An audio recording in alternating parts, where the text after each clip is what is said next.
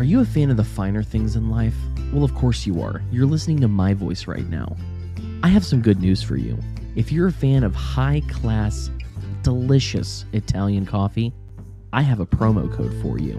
If you check out Lorenzotti Coffee at lorenzotti.coffee and use the promo code The Mad Ones, you can get 10% off their fantastic beans.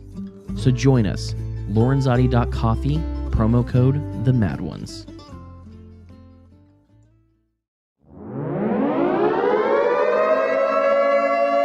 You are watching an MLGA Network live broadcast. The only people for me are the Mad Ones. The world is filled with the boring and the barely conscious. The misery loves company. But we don't have to live this way. Jessica and I are here to talk to those the system rejects, to radicals and thought criminals. The ones who never yawn or say a commonplace thing, but push the boundaries of acceptable discourse. Those who stare reality in the face and dare it to be different. History isn't made by the timid, and fun is not had by the perpetually afraid. We are the Mad Ones. So let's get to it.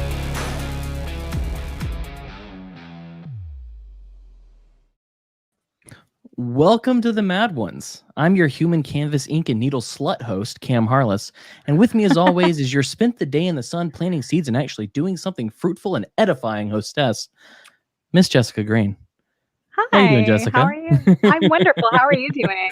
I am doing all right. It was quite the day, but I got a new bottle, and I'll be trying out this Michter's small batch Kentucky straight bourbon as we talk tonight.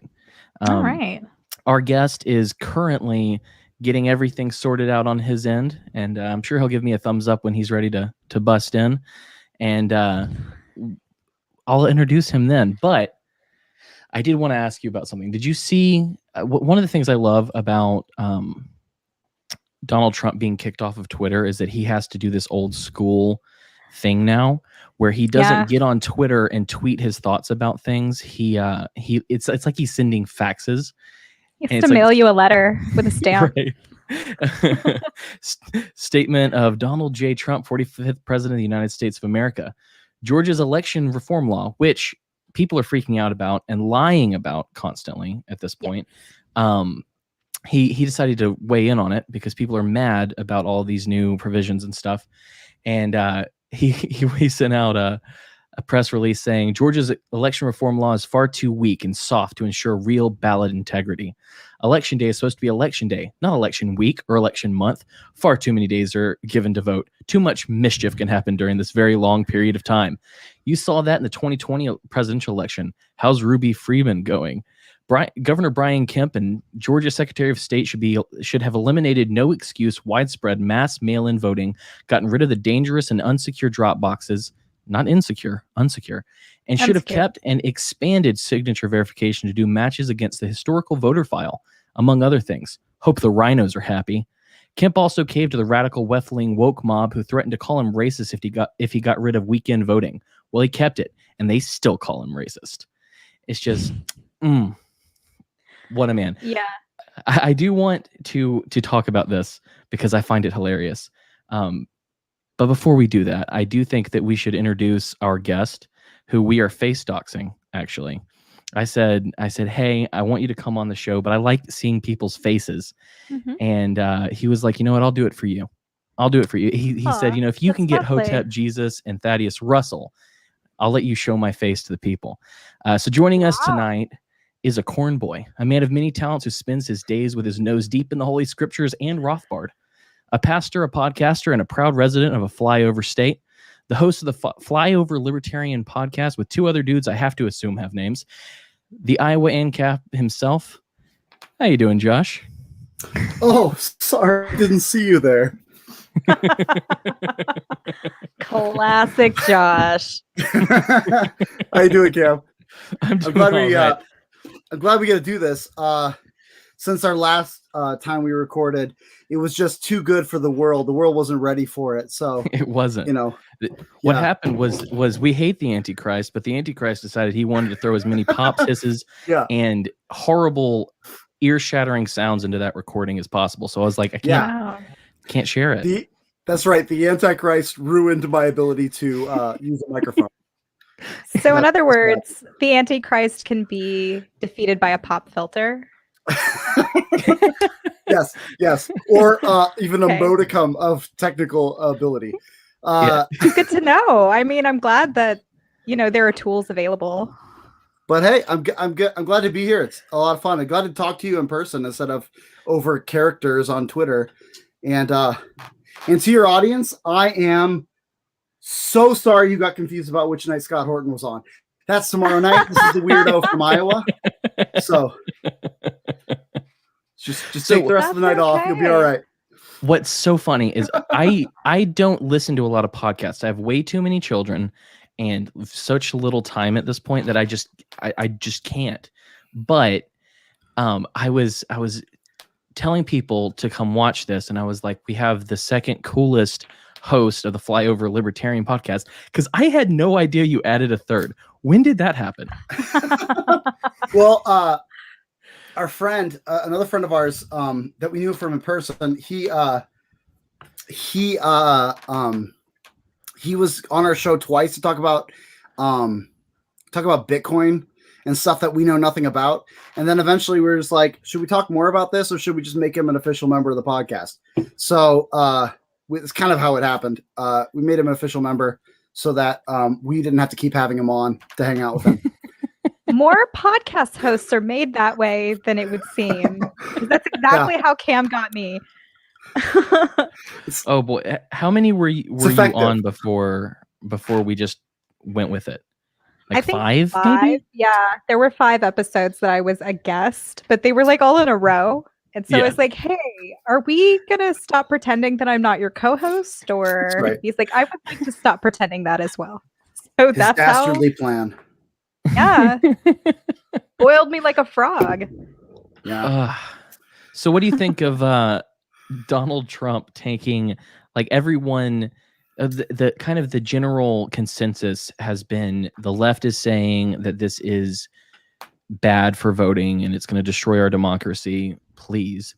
But this is horrible and it's all lies. I don't know if you've read the bill, but everything that they're saying is incredibly trumped up and stupid. And then all the Republicans are like, no, this isn't bad. This does good things. And Trump's like, wrong, bad.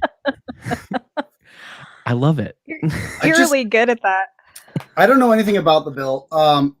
I just know when it's called racist, that means it must be doing something right. But all I know is just Twitter is just such a less exciting place since Trump is off of it. And so I think someone needs to start a Twitter channel that is dedicated to just retweeting his boomer newsletter things. Like, someone just needs to start up an account to send that. There is an account on Twitter. I don't know if I follow it, but I've seen it a few times. And it's literally just a person who goes on and tweets as though he is Trump and how Trump would tweet about things that are going on right now. And it's perfect. If I can find that account, I'll share it. Nice. It's beautiful. I love anyone that can get into that ridiculous voice of Trump. Like, it's so good. And I love doing it, but I can't do it long-winded. I can't do a long-winded Trump impression, but I can do a China, because he doesn't say China. There's no ch in that. It's Gina. It's the second half of vagina. And that's how Donald Trump says it.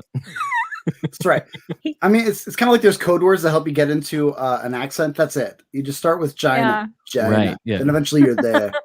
Yeah, it's my drop-in phrase. Phrase.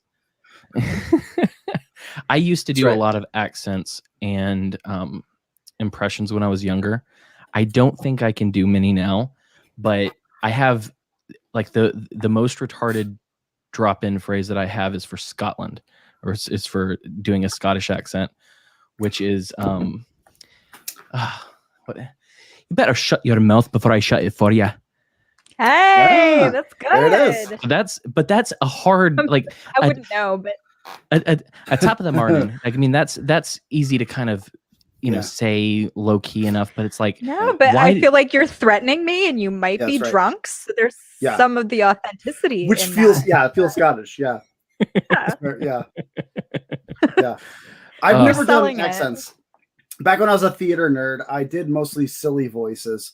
I never did any accents. I did once. I have to learn. What's that? I said I didn't know you were a theater nerd. That was my first major at college.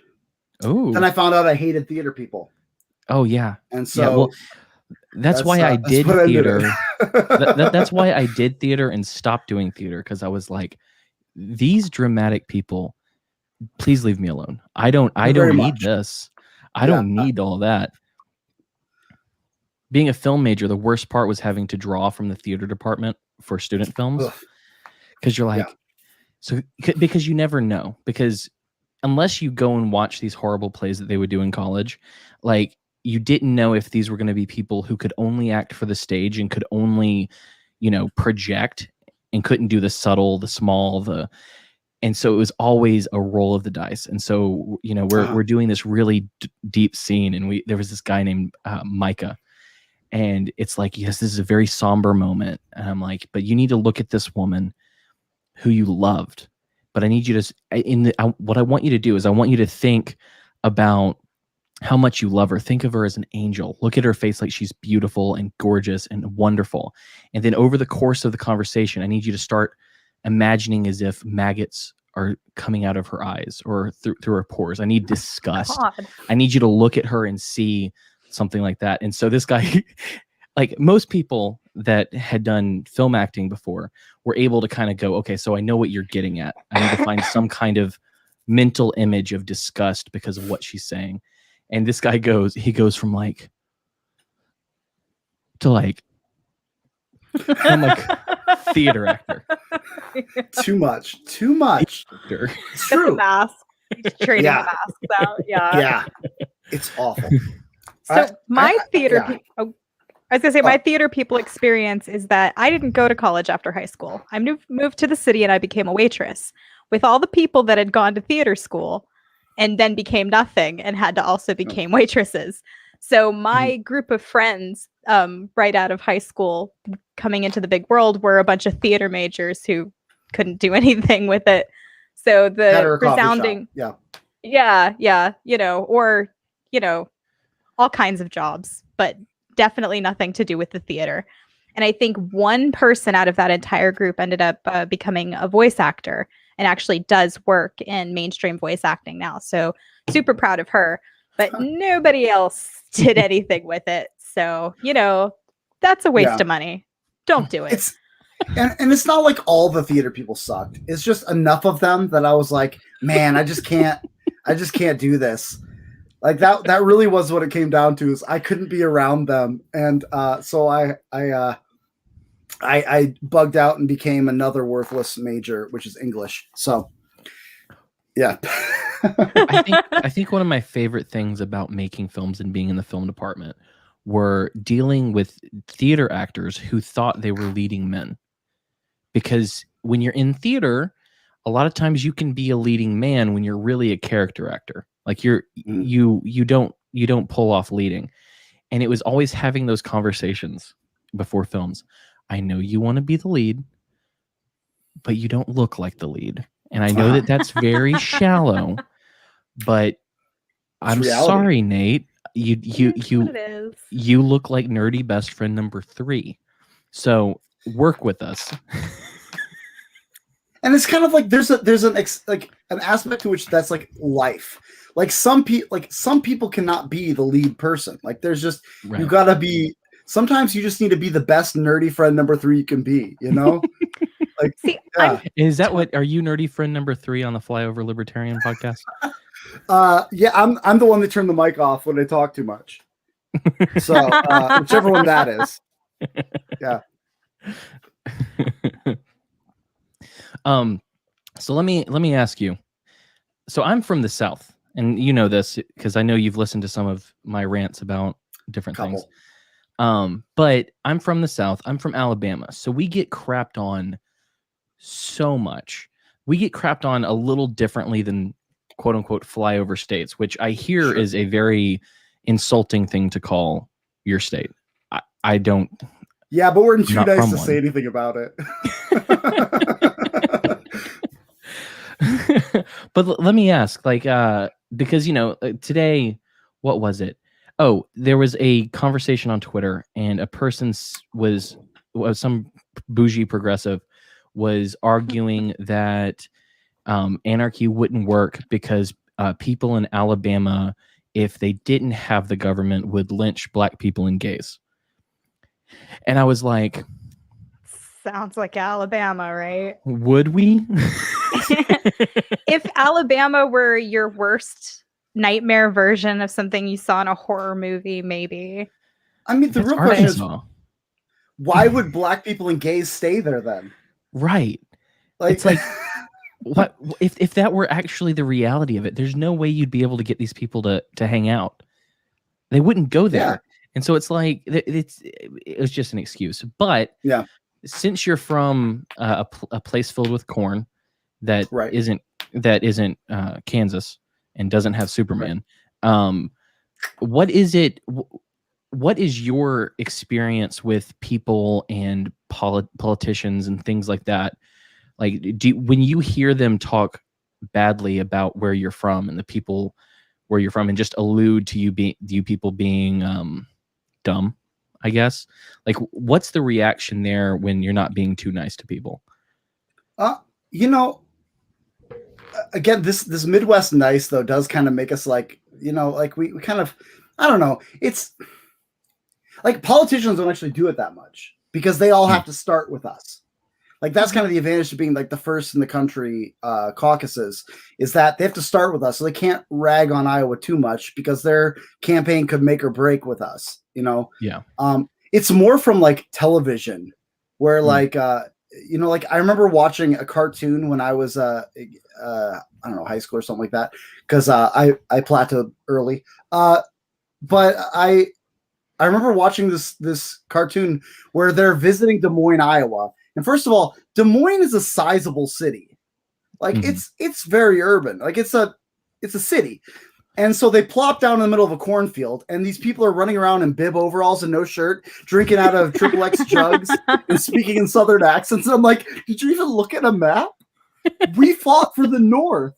Like, what is going on here? That was the weirdest thing that I've ever had.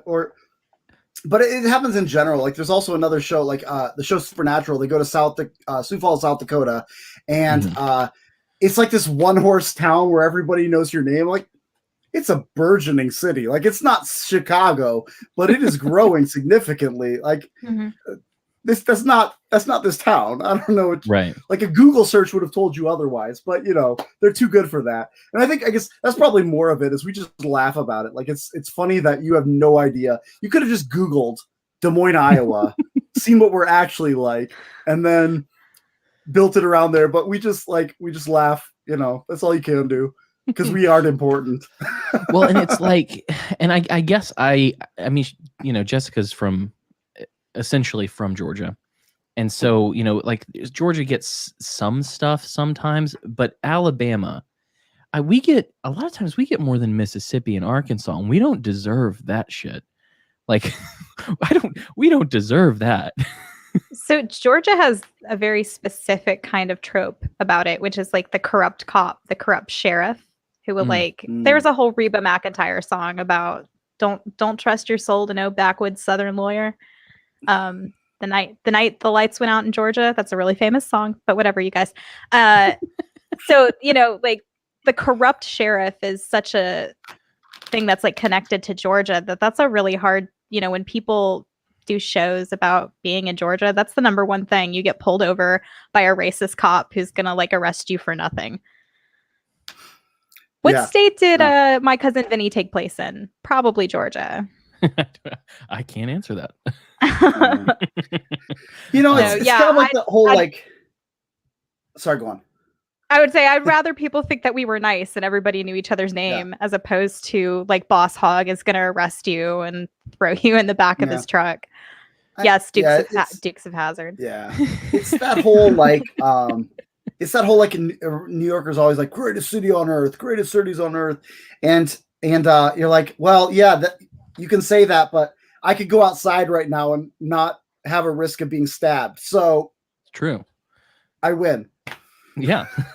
Well, and it's like, when you live in one of these places, like they have, well, I think possibly some of the hatred for Alabama comes from the fact that the capital of the Confederate States of America was in Alabama for a time.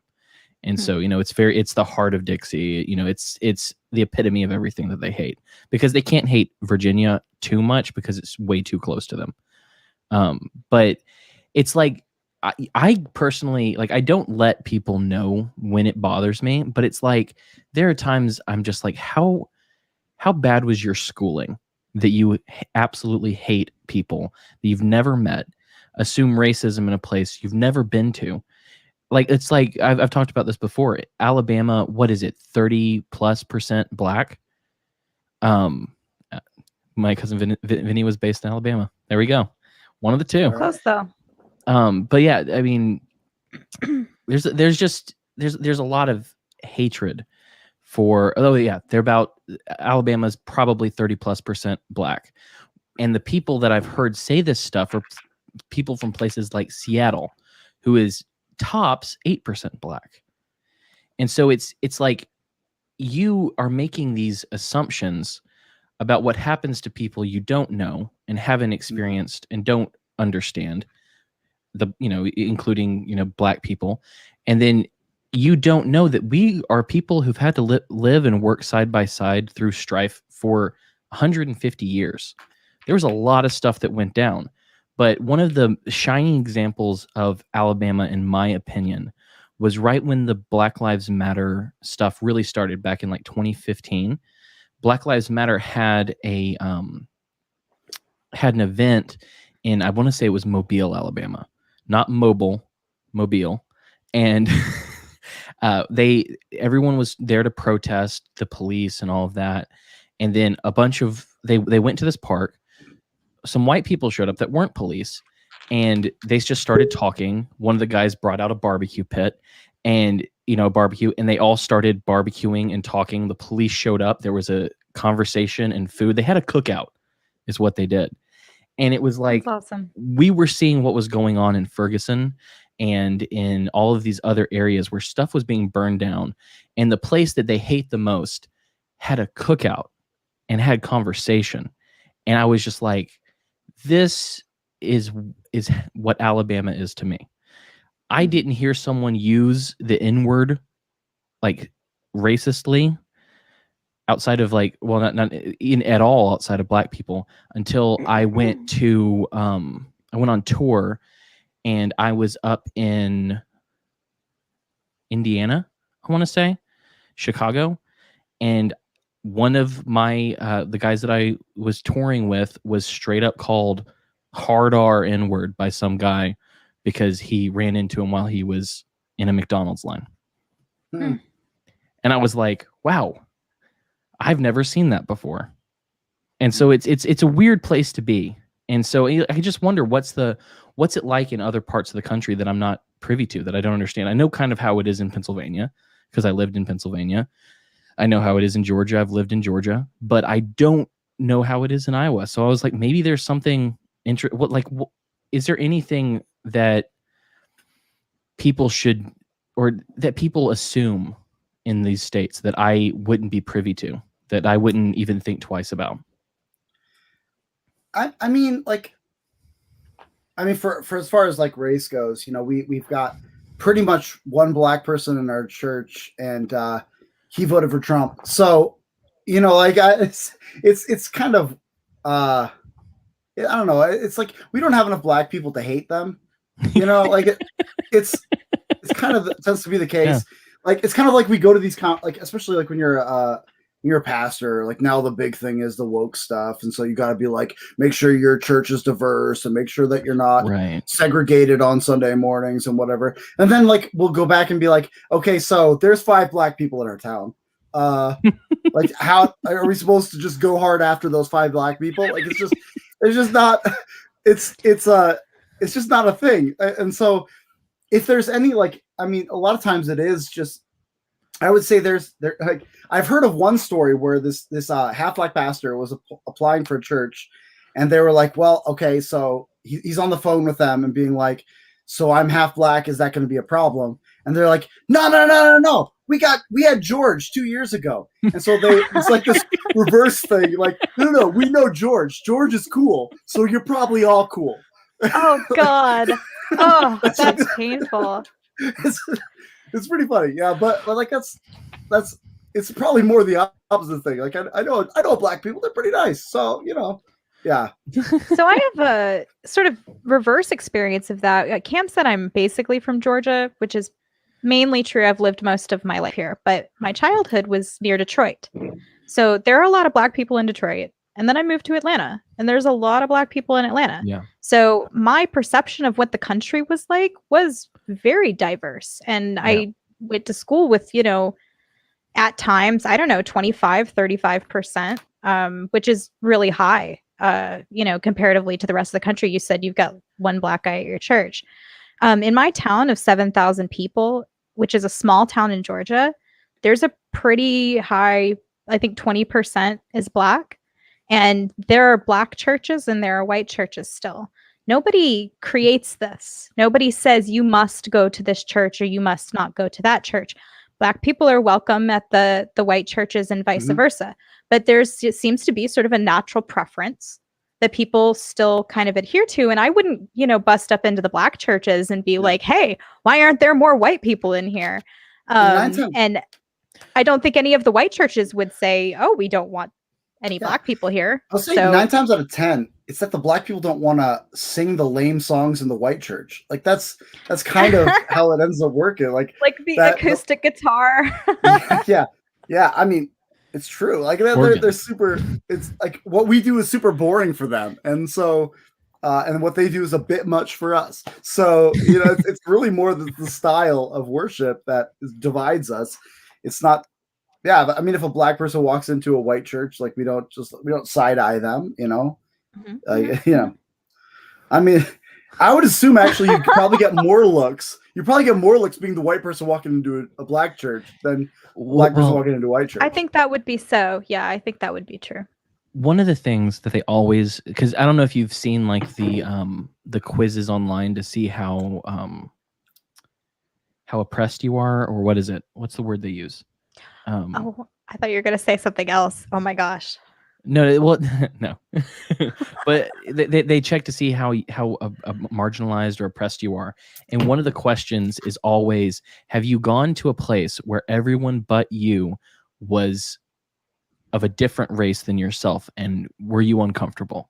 And I was, every time I see that, I'm like, yeah, dude, I walked into an all black church one time and it was awesome. Okay. It was great. I had so much fun. Man, they're pretty great. Yeah. You would definitely stand out as a visitor. Just visually, you would be a visitor. That's all. Like it would be like, right there. There's the white person. Interesting. I just know I can't do. It's kind of like trying to rap as a white person. Like I just couldn't do it all and feel like I just feel too white to do the whole sway and clap thing.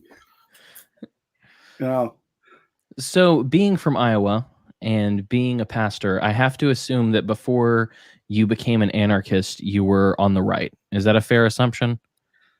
Yeah. Okay. So what kind of on the right were you? Were you neocon right? Super neocon. Absolutely. Nice. I remember going and clapping going to a youth conference and clapping when the guy was like, yeah, we got to get George W. Bush elected. Otherwise this country's going to hell. And it was super. Okay, I tell the story.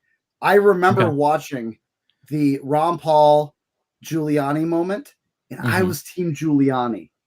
Like I was there being like, yeah, Ron, apologize. Like I was all in. Seriously, all in. You old coot. Oh man. So bad. Yeah. I remember that moment for a different reason. So for you, what was like the crystallizing moment? What made you decide to kind of abandon that and move towards, well, ultimately, the anarchist Rothbardian position? Like was there a moment where you were like, oh, I can't do this anymore? There was kind of as a person on the right, one thing that I noticed very quickly was the hypocrisy of the left. And one thing that never made sense to me was the way that I didn't understand why all of these issues were left issues. Like, why do you have to be like my very conservative Republican father taught me that the Republicans and conservatives believe in a strict interpretation of the Constitution. The leftists believe in a very loose interpretation of the Constitution. And so I never understood why a loose interpretation of the Constitution also meant you have to be pro-abortion, pro-homosexual rights. Like, I just was like, what is this? It's all groupthink. But because I was on the inside doing the group thinking, I didn't see the group think of my own side. It was really when I got to college and I started hearing a bunch of these and were my friends asking me hard questions that I was like, okay, maybe I've got a little bit of group think in me too. And so actually I started moving in the direction of libertarianism after reading Mark Levin's Liberty and Tyranny, a Conservative Manifesto, because he listed libertarianism as a third option. I love that the way I came to libertarianism was through Mark Levin. But they would he described like Cato libertarians. Yeah, Cato libertarians and reason libertarians.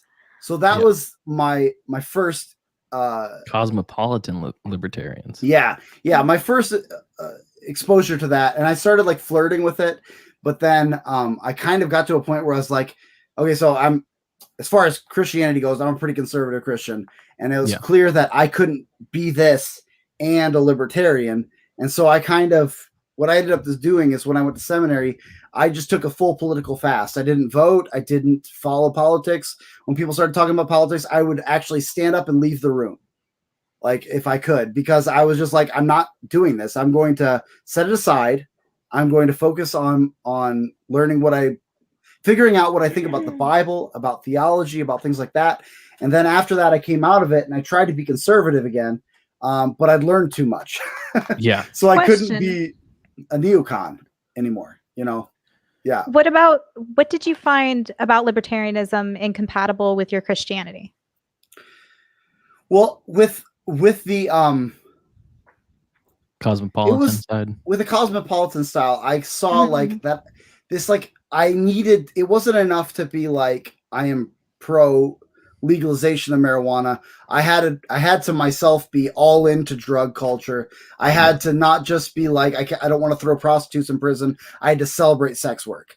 And I was like, I'm just not going there. Like that one especially was kind of I can't celebrate sex work. I can say I don't want to throw them in prison, but my morals won't take me there. And like the same thing with like homosexual marriage. I could be like, I could see the whole, like, I can't put in law this, but I can't celebrate it too because of my religious convictions. And so, there's things like that where I was just like, I couldn't go all the way to celebrating it. And that's when I came out of my political fast, I saw these people calling themselves Christian libertarians. And I was like, oh, interesting.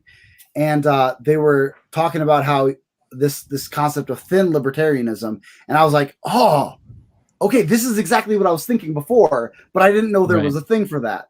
Like I could say, I don't want to throw them in prison, but I don't want to do it or celebrate it or anything like that. Like I didn't know this was an option. And so now that I know it's an option, okay, I'm willing to dive in. And that's what I did. Yeah. And really the transition from regular libertarian to anarchist was very quick because I just asked someone in a conversation, so why not become an anarchist? And they responded exactly. And I went, oh. I did have a similar, that was the moment. I had a similar situation with that when I asked my friend Carl. I was like, I'm done with all this stuff. Can I just be an anarchist? And he was like, well, you could be an ANCAP. And I was like, what's an ANCAP? And then that led to Tom Woods, and and like I don't even use I don't even use the vernacular of ANCAP, or like if I'm on, like, this is one thing I've talked about a little bit here and there, but I don't, so I have different phrases for different people that I talk to. So if you are just someone I don't really know, I'll say I'm basically libertarian. And if you know what libertarian is, I'll say I'm essentially an anarchist. And then if you're that far and you're Christian, I go, well, I don't really use the word anarchist in the same way that you would. But if you really boil it down, I'm a patient monarchist. I Mm-hmm. believe that there is a king, one king who is Jesus, and I'm waiting for him to come back. Yeah. Beyond that, I don't need the rest of it. I don't need the men, etc. And so I feel like you understand that probably better than, and Jessica, of course, more than a lot of other people. Maybe. So, but you can't exactly just throw around the word monarchist without Thaddeus Russell going, "Oh, are you a Curtis? Are you a Moldbugian?" No, I don't want the Stuarts to take over the crown and lead us all. Sure. That's not what I'm into. Yeah. Yeah. Like it's you just got to be patient. It's sometimes like you say, there's different situations to use different words. And like most people who go to my church are not ready for the A word. They're not ready for that word. And so I kind of just stick to libertarianism. I stick to that word. And also it's essentially correct. Like I agree with Stephen Kinsella, heavyweight, who says that consistent libertarianism is ANCAP. But yeah. That was so quick. Wow. Whoever's running your ticker is the best. Well done. That's me. That's me tonight. Nice word. But yeah, like I think I essentially agree with him, and so it's not like I'm lying. I'm just saying, like, I know that word, hoppy, and they're not ready for that kind of distinction either. Like it's just kind of you keep it simple, and people think they think they know what you believe at that point, and sometimes you just let them. Because well, and that's the thing. It depends on who I'm talking to and whether or not I'm interested in persuading them or having a longer discussion. Yeah. Like for me, if I'm being honest, I use the word libertarian less and less because it's been so muddied at this point that I have to do a lot of explaining off the top. I do have to go through, oh, well, that doesn't mean that I love the idea of prostitution or this, that, or the other. Like I shouldn't have to explain that. And I have to if I use the word libertarian. And so it's like, for me, it has very little utility anymore. So for the most part, I'm just like, no, I'm not interested in any of that crap. And that's just a great way to have the conversation. What do you mean you're not interested? It doesn't affect you. It all affects me, but it doesn't mean I'm going to. Sorry, go ahead. No, go ahead. I didn't mean to interrupt you. I'm sorry. But doesn't that happen with everything these days? Like the way that you label yourself, no matter what you say, like if you say you're a Christian or something, someone assumes. Right. So you're just like a 12th century peasant. That's how you think, because so much of what you're saying to a person is not what you're saying. It's what they're perceiving. And so you're not saying I'm a Christian and then you mean what you mean when you say you're a Christian. No. You're saying I'm a Christian and it's what they have constructed in their head, which can be all sorts of weird and usually is. And I think I'm obsessed. I'm obsessed with ideas. Like that's really what gets me going is the concept is just messing with ideas. And so I end up really I end up grabbing a whole ton of labels for myself, and so that does make it helpful. Like if I'm talking to a person who wants me to be conservative, I'm a conservative. I mean, in some sense, I am a conservative. Like I don't have to have that follow-up argument with you right now.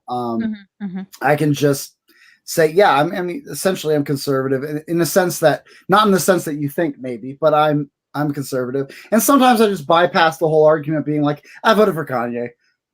Right. Well, and that's the thing. Like I am the same. I am obsessed with ideas, and I think that the ideas are forefront. And so for me, that's why I kind of most of the time kind of don't use labels at all, because I would much rather go into the conversation using the ideas and not using like super cloudy words that people automatically make assumptions on. I try my best to do that. I've had this conversation before about, using the word capitalism. Capitalism in the sense of Rothbard and Rand, that's a good capitalism. But like 90% of America, when they hear capitalism, they think about the Marxist definition. They think about exploitation and this, that, and the other. And I'm like, if I can start the conversation with words that aren't that hard to get over, and like if I don't have to have a semantic argument with you before we can start talking about ideas, that's what I want. And so, yeah, you're using labels in a way to like just bypass that. And I'm just like, that doesn't even matter. Let's talk about this cool idea. Although sometimes I'm using the labels to bait them into a discussion. Yeah. Like sometimes that's kind of like because I like to discuss these ideas, sometimes I'll use my theological view. My theological view is we call ourselves Christian hedonists. And part of the reason we use that term is because we want to bait someone into a conversation of being like, okay, so what do you mean? Well, I mean, at my right hand are pleasures forevermore. In your presence, there's fullness of joy. And so the greatest joy and the greatest pleasures are found in God, the greatest and most long-lasting pleasures. And so it's kind of like you use the term sometimes to bait people into a conversation. What do you mean by that? Right. But I also have kind of a backup to be like, I've got also terms that I can use to avoid the conversation too, and like especially because I work in the church and a lot of people want you to be a Republican, and sometimes it's just not worth the conversation. So sometimes just being like, yeah, I'm a conservative is good enough to bypass a conversation. They make assumptions about you and I don't correct the assumptions. I just let them move on, Well, that's a hard one. Go ahead. Sorry, that's a hard one for me because I actually come from the left and I was a Bernie Sanders supporter. And so when someone calls me a conservative, there's this little inner part of me that feels like insulted or baited in some way. And I'm like, what? I'm not a conservative, and I want to fight with them about it. But at the same time, I'm just like, for your purposes, I am, I guess. And so I see what you mean about that. So more and more I've found myself, just because I take positions like, free speech is probably a good thing. Fine. I'm a conservative because I believe in free speech. And it's crazy. That just like points out how much the window has shifted to where someone like myself, who used to be considered a liberal, is now, apparently a right winger. And that's difficult. It stings a little in a way. Yeah. And I'm not as allergic to the right wing label as some libertarians are. Like I'm okay with it. In fact, I would largely consider myself a creature of the right, even as a libertarian.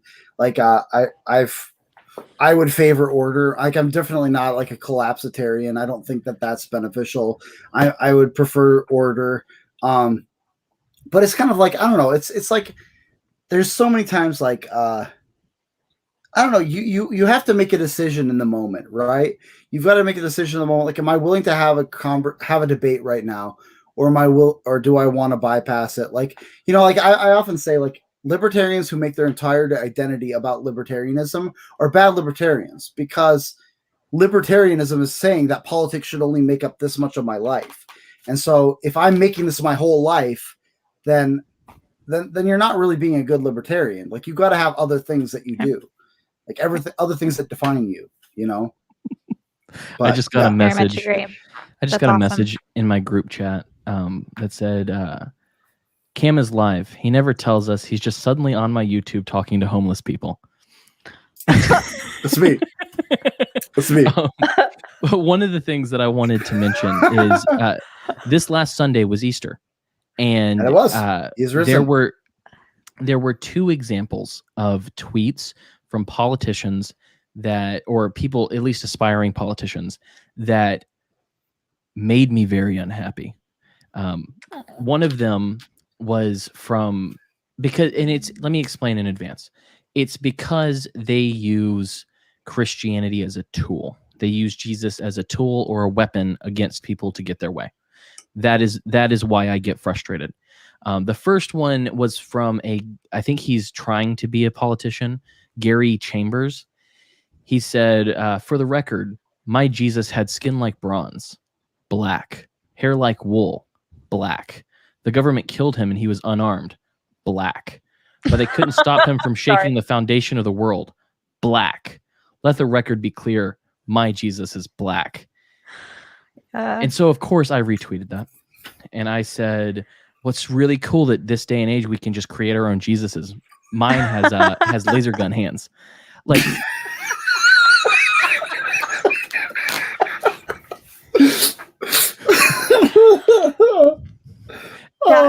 most amazing Jesus I've ever heard of. Dude. Like it was, but it's that. And then Reverend Raphael Warnock out of Georgia, he tweeted and then deleted this, but he tweeted, "The meaning of Easter is more transcendent than the resurrection of Jesus Christ. Whether you are Christian or not, through a commitment to helping others, we are able to save ourselves." Wow. That's Pelagianism. That's a heresy that the church has gotten together and universally condemned. That is what that is. Oh my goodness. What was the word you used? I'm sorry, I didn't hear it. Pelagianism. It's named after a monk named Pelagius, who argued that humans are born good and can do good, but only fall through imitation. Augustine, who was the heavyweight of his day, he got Augustine.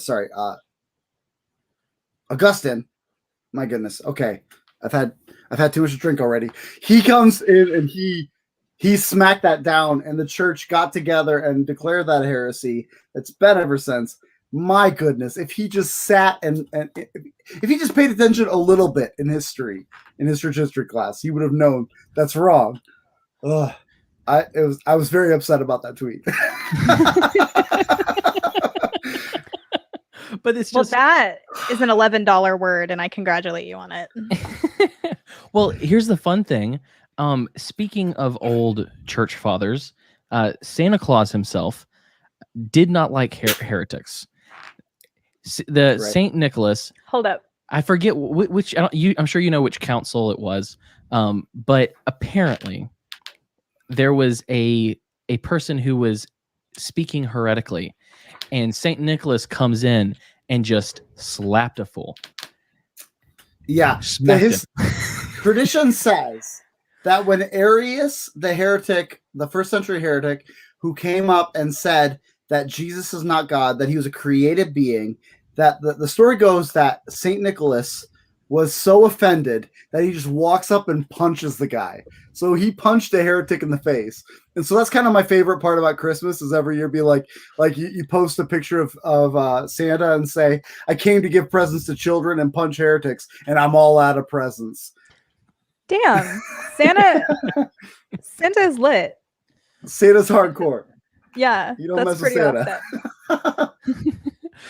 So one of the things that has been increasing as of late, I don't know if you saw this, but do you know that John Piper has a son named Abraham? Yeah. Abraham Piper is on TikTok. I just said I'm a Christian hedonist, which means I worship at the altar of John Piper. Just kidding. Yeah. Yeah, I was trying to remember who it was, but no, his son is on TikTok now. And he goes on TikTok to just talk trash about Christianity. Like yeah. Aww. His whole thing. He's the one. It's something. But there's a lot of like deconstructionism talk, which, you know, I get annoyed with these different labels that people use, because usually they come at it from a pretentious angle. But over the last 10, 12 years, I've spent a lot of time refining, understanding, and challenging the views that I've had since I was a kid that I was taught from my parents. And so one of those that I've started to dip my toes in is the eschatology. Santa can break the nap, bro. It's eschatology. It's in apocalypse, into the world, as people like to talk about it. And one of the ideas that has been interesting to me more than the others has been preterism, which, you know, I could throw partial in front of it, but I think, you know, people who are preterists are like, no, not the crazy ones. But I did want to ask you about that somewhat, because, you know, in the world of American Christianity and Scofield Bibles, there's the concept of the rapture and left behind and all of this. And that isn't a concept that's talked about a lot, is eschatology outside of dispensationalism, which these are a lot of words that people who are listening right now may not know. The left behind worldview is actually not the traditional worldview. So I, to the detriment of my audience, who probably doesn't care, Could you give a very brief synopsis of what that means, what that looks like? Looking at the first century as where Revelation mostly took place. So, in a word, heresy, go Israel. No, I'm just kidding. What's really funny is like when you throw out these words of like premillennial dispensationalism, these are big words, like you call them, like $8 words, but the idea behind it has become so popular and so ingrained in modern mythology that most people believe it without knowing what they're believing. It's this concept that what's going to happen is in the end times, Jesus is going to come back. He's going to take the Christians out. They're going to disappear in the middle of the night, and they're going to fly up into the sky, and their clothes are going to fall on the ground, and Christians will be taken out. And then there's going to be 7 years that are horrible, terrible, awful. And that everything is going in that direction. Everything is going downhill. The world is going to go suck and suck and suck and suck. And that's like, the truth is, it's become so popular lately that people don't even realize that it's a relatively new concept. The church for generations did not believe this. They didn't believe this concept of a 7-year literal tribulation, of a secret rapture, things like that. And in fact, most people don't even realize that the belief that Revelation is all in the future was not actually the common view throughout much of church history. And preterism is simply that the word itself means, it's Latin. I'm not great with Latin, but it basically means it happened already. And so the idea is that that's my boy Darabelli. He's our third podcast host. Sorry. No, he said, "Can you please mute Iowancap, please? Nobody wants to hear that. My ears. Make it stop." That's my boy. He's our third podcast host. He's a great guy. He's the Bitcoin guy. So the idea of preterism, and again, there's like two variations, or really three. But two variations largely is the partial preterist and the full preterist. And it largely comes down to whether or not you believe that everything that Jesus predicts in Mark 13 already happened, or if you believe that some of it is yet to come. And a lot of it comes down to like when you believe certain books were written, and discussions like that. And I do find myself, I'm a partial preterist myself. I believe that everything in Mark 13 except the return of Jesus has been fulfilled. And that includes much of what's written in Revelation. Oh my gosh. You're blowing my mind right now. Yeah. And so I was talking to Cam about this earlier today. That's why you're blowing my mind. Please continue. I'm sorry.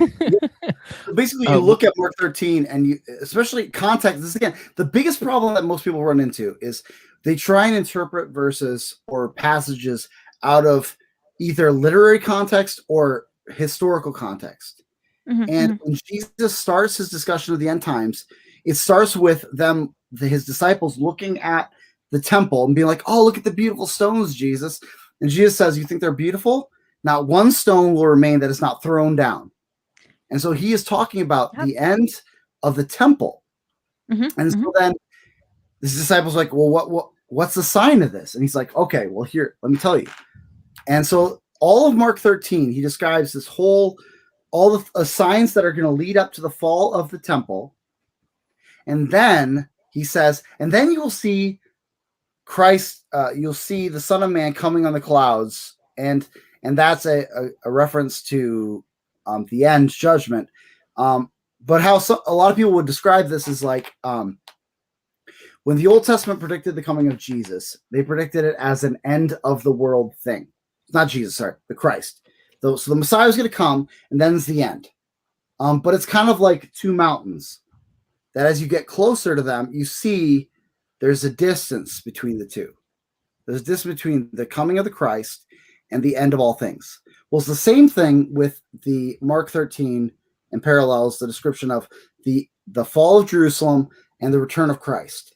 As you get closer, you see there's a further distance between the two mountains than we thought. And so really, this is the big thing with the tribulation, as people describe it, is the tribulation is supposed to follow directly after the fall of the temple. So where's the tribulation? Right here. You are here. We are in the middle of the tribulation, which is why the book of Revelation begins with John saying, this is from John, your partner in the tribulation. Mm-hmm. I am part of this with you, because it's written after the fall of Jerusalem, probably right after the fall of Jerusalem, and I am here with you in the midst of the tribulation, waiting for the conclusion when Christ returns. And so we are in the tribulation. One of the interesting things that I've come across a slightly longer explanation of recently is 666, 616, as others say, which, people take, the mark of, I believe that's what people call the mark of the beast. Well, it is the mark of the beast. Yeah, but they believe it's like a chip in your forehead. But or a tattoo on your hand or something.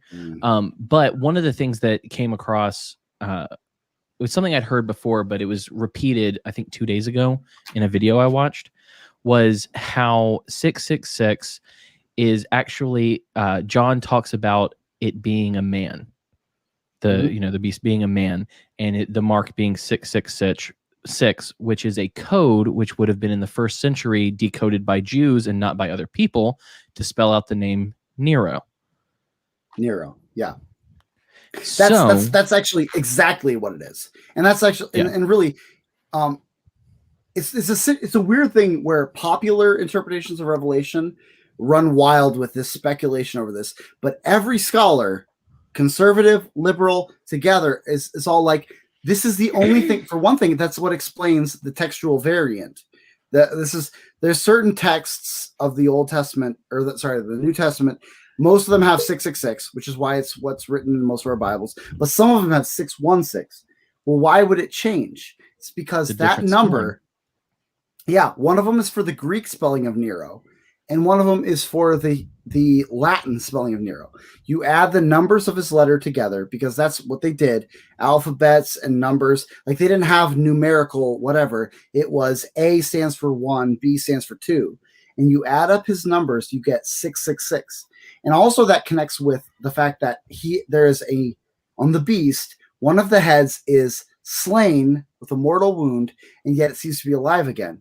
Well, at the time, there was this understanding that Nero, who had recently died, would come back to life again. The Nero redivivis myth. It was very common, like that Nero would come back to life. And everyone hated Nero, not just the Christians. And so, so 666 was the number of the beast, and it very clearly refers to Nero. And also, like the hand and the forehead thing, there's also, like, this is another situation where out of context reading is important, because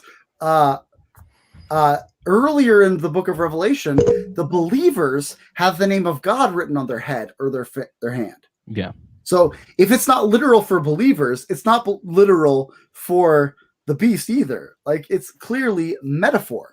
Like this. Right. That's the whole point of the book of Revelation and of apocalyptic literature in general, is that it's metaphor. Right. And I think it's interesting that identifying with Nero, or with the Roman state, as Nero was the head of, was very clearly being frowned upon in that instance and in that metaphor. And that, I believe, continues to this day with our own Whore of Babylon over here. Yes. Well, that's interesting. That's interesting, because I gave a sermon, an anarchist sermon, before I was an anarchist. Because I was, what's so funny is because I likewise came out of dispensationalism, because, yay Israel. But I came out of that, and was kind of like, I don't know what I understand about Revelation. I'm just going to avoid it for a while. And then I got hired at a church, and I was like, all right, so what are we preaching through? And he's like, Revelation. Go figure. So, and then he says, I'm going to be gone this week. This is the one you're going to do. And it was on the Whore of Babylon. And when you interpret that passage with, again, put it in historical context, they describe her as a lady who sits between 7 hills. Everyone reading that would have known exactly who he's talking about. Rome. Rome is the lady who sits between 7 hills. Everyone knew that.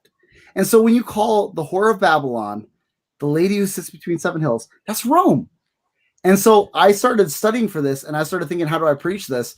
And that was around the time that like someone on the right and someone on the left both said something horrible. And I basically told, my whole sermon was, Rome is still a whore. And saying like the center of power, whore, who sells out for power.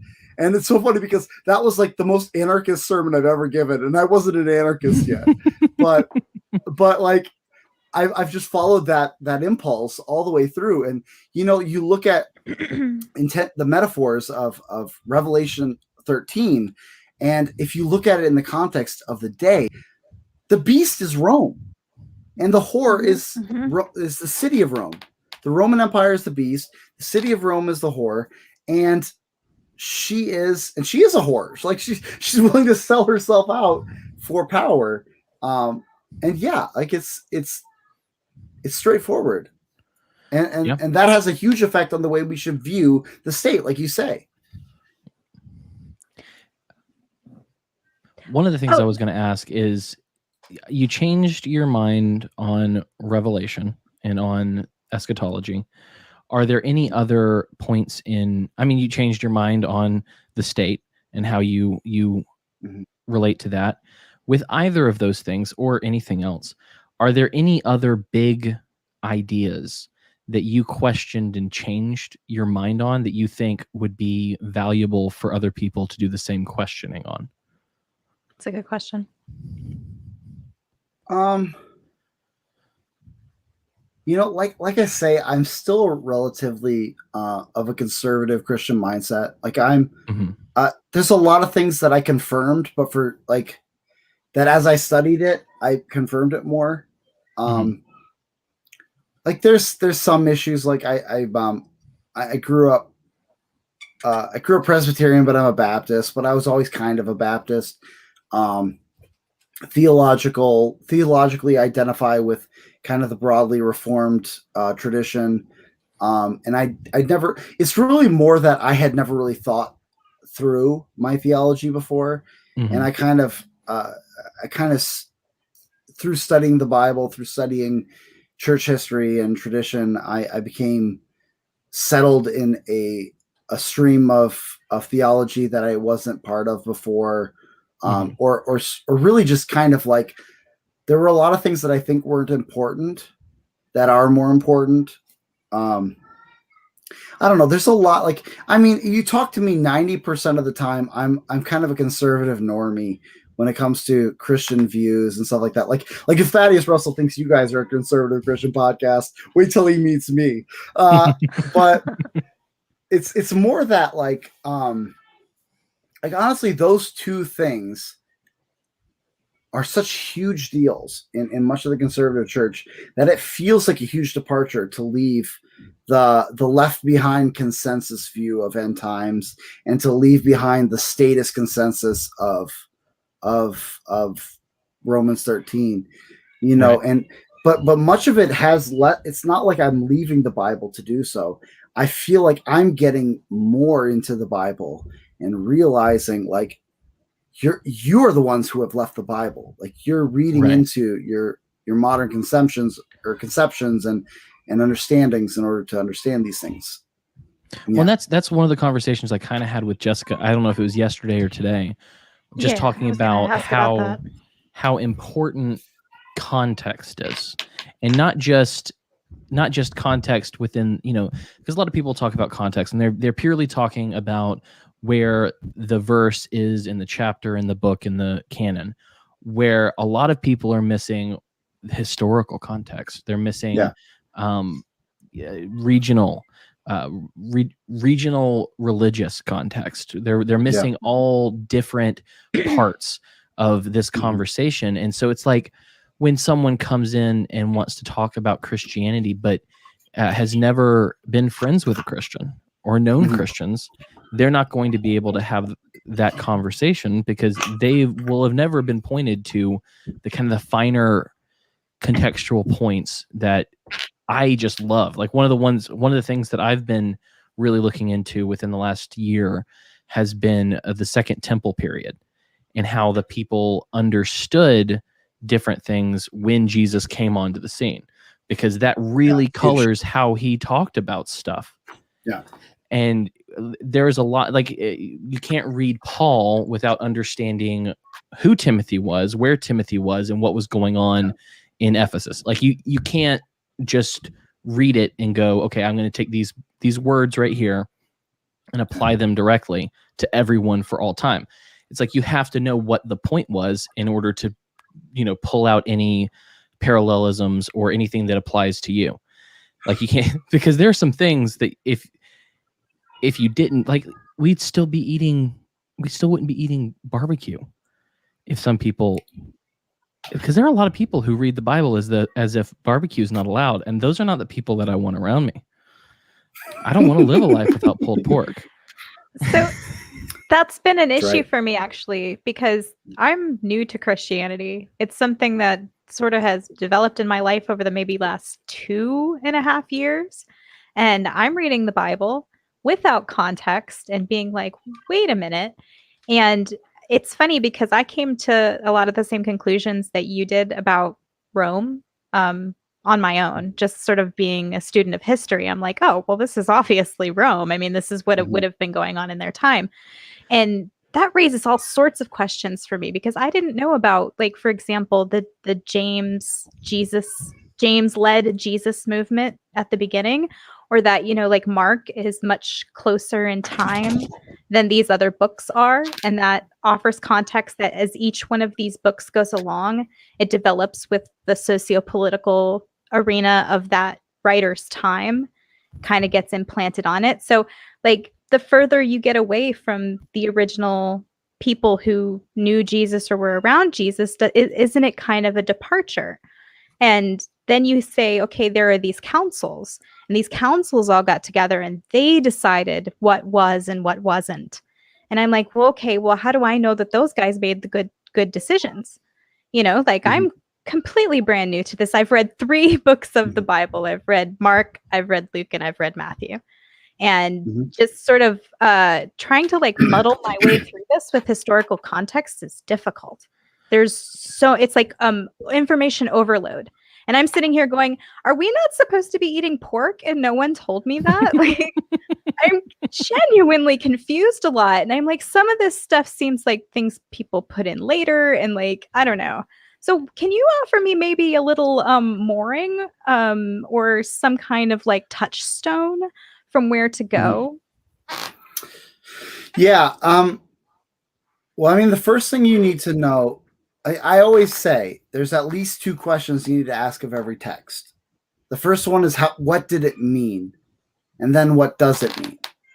So what did it mean is kind of the first question you always ask. Like, what did it mean to the people for whom it was first written?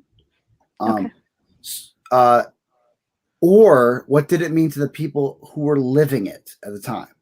So like I take, for example, Genesis 22, Jacob meets God and wrestles him in the desert. So what did it mean to Jacob? That's the first question you ask. Like, look at the situation itself. What does this mean to him? What does it mean without any context? Second question you ask, what did it mean to the people that it was written to? So I believe that Genesis was written. I'm a conservative normie, so I believe that Moses wrote it, but I believe that it's written fourth in order. So I believe it's written to the Israelites who are about to enter the promised land. So what did this passage mean to Israelites who are about to enter the promised land?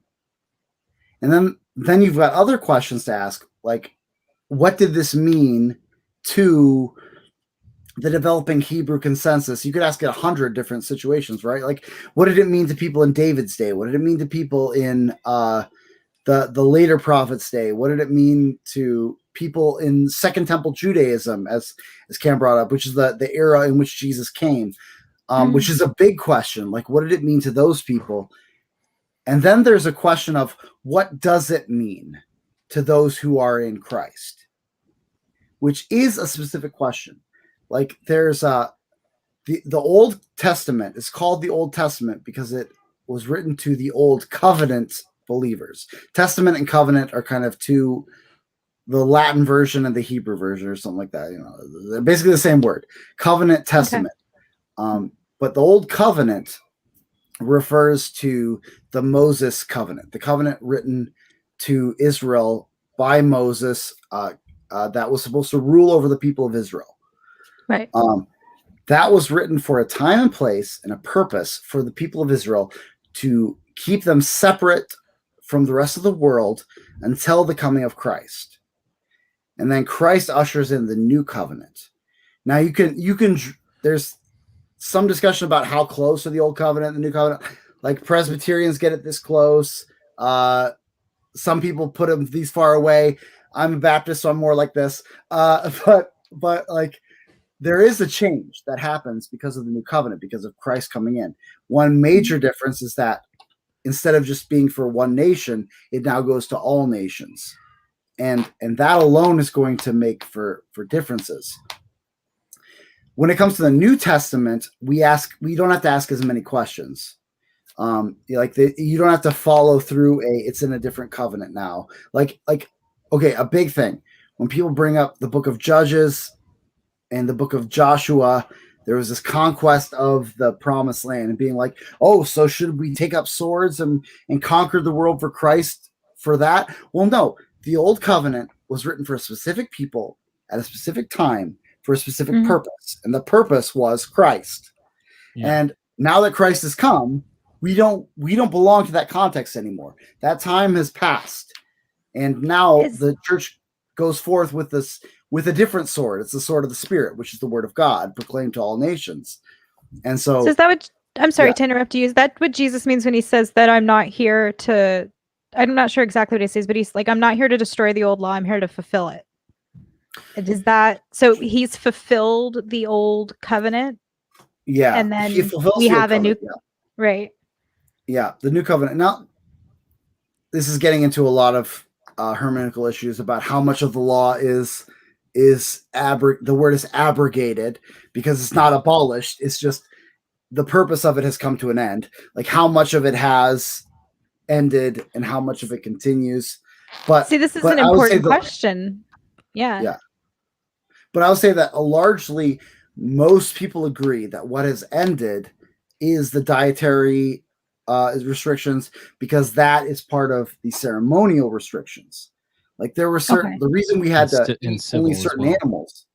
Yeah. The ceremonial restrictions were about, you had to be pure so you could enter into worship.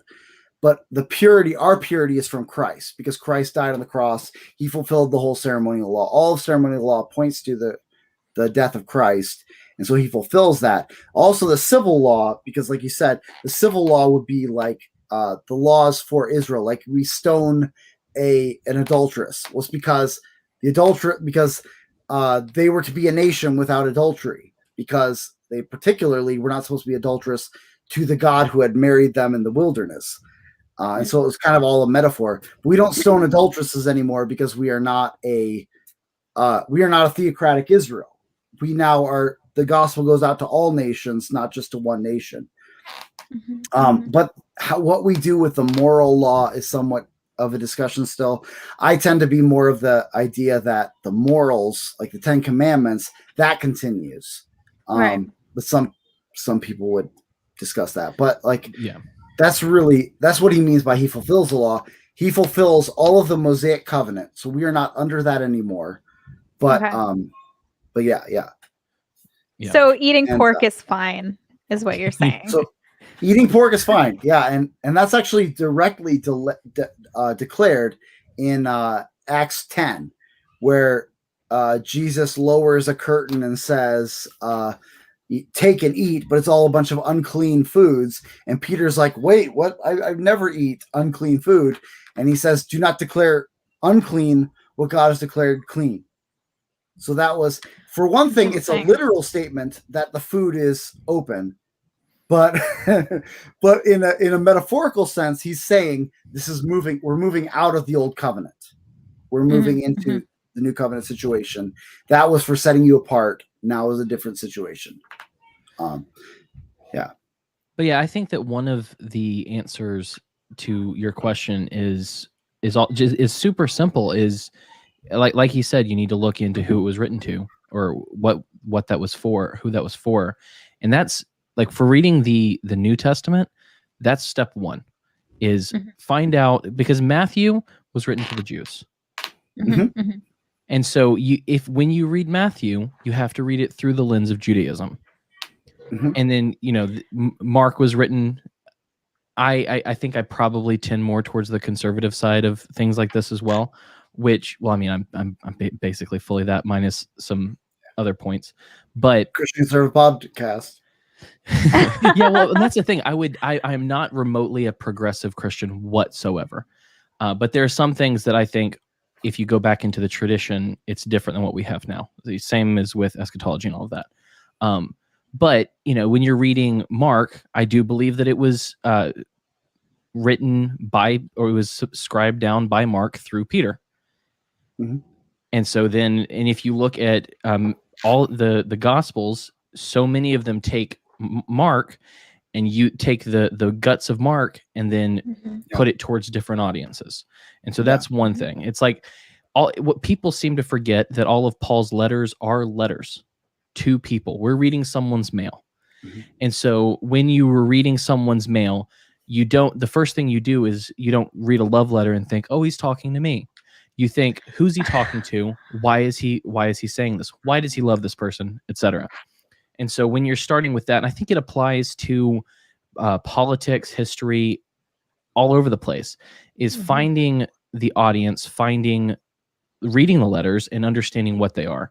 And so when you get past, John's a great book, probably one of the top 4 Gospels for me. But I would definitely recommend that. Once you get past the Gospels and you move into Paul's letters, step one is, let's find out what the heck was going on in Corinth. Let's see what was going on in Ephesus, all of these other places. What the hell's up with Philemon?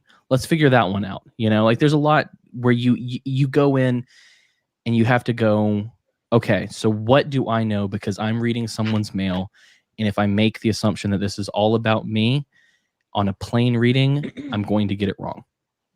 So can I ask, I'm sorry to break in, I have a question though.